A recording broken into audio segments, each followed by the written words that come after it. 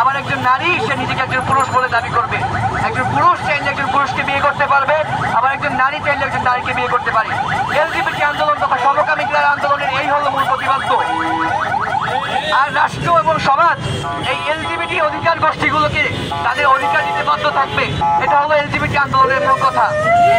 আন্দোলন এটি বিচ্ছিন্ন কোনো প্রকার ঘটনা নয়, বরং এর পিছনে আছে মার্কিন এবং ভারতীয় সাংস্কৃতিক সাম্রাজ্যবাদী প্রকল্প।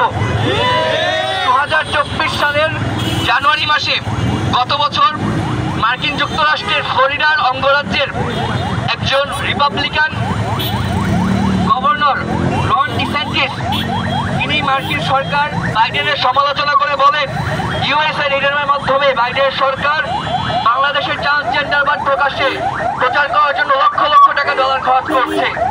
এটা আমেরিকান জনগণের ট্যাক্সের টাকার অপচয়।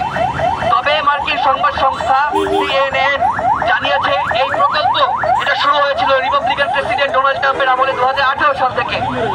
এদেরই ফান্ডিংয়ে, এদেরই প্রত্যক্ষ তত্ত্বাবধানে আমরা দেখতে পেয়েছি ভারতীয় প্রতিষ্ঠান বন্ধু ওয়েলফেয়ার সোসাইটির মাধ্যমে পাঠ্যপুস্তকে এলজিবিটি তথা সমকামিতা আন্দোলনের বিষ ঢুকিয়ে দেওয়ার জন্য, শিশু মনে এই পয়জনগুলোকে ঢুকিয়ে দেওয়ার জন্য তারা শরীফ শরীফের গল্পগুলোকে আমদানি করেছিল।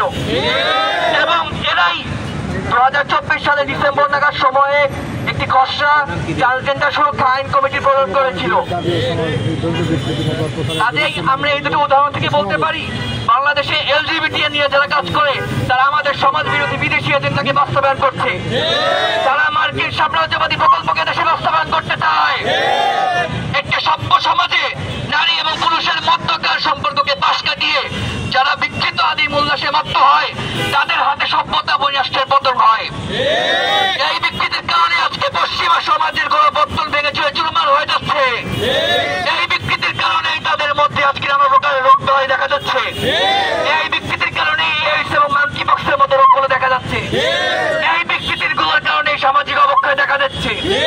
এই বিকৃতিগুলোর কারণে পাশ্চাত্য সভ্যতার দেশগুলোতে পরিবারগুলো ভাঙ হয়ে টুকরো টুকরো হয়ে যাচ্ছে। এটা আমাদের ইতিহাস, আমাদের সমাজ এবং আমাদের সংস্কৃতির বিরুদ্ধে। এটা আমাদের মূল্যবোধ এবং আমাদের নৈতিক আচরণের বিরুদ্ধে। আমরা আমাদের ঈমান আকীদাকে বিসর্জন দিয়ে কখনোই এই দাবিকে মেনে নিতে পারবো না।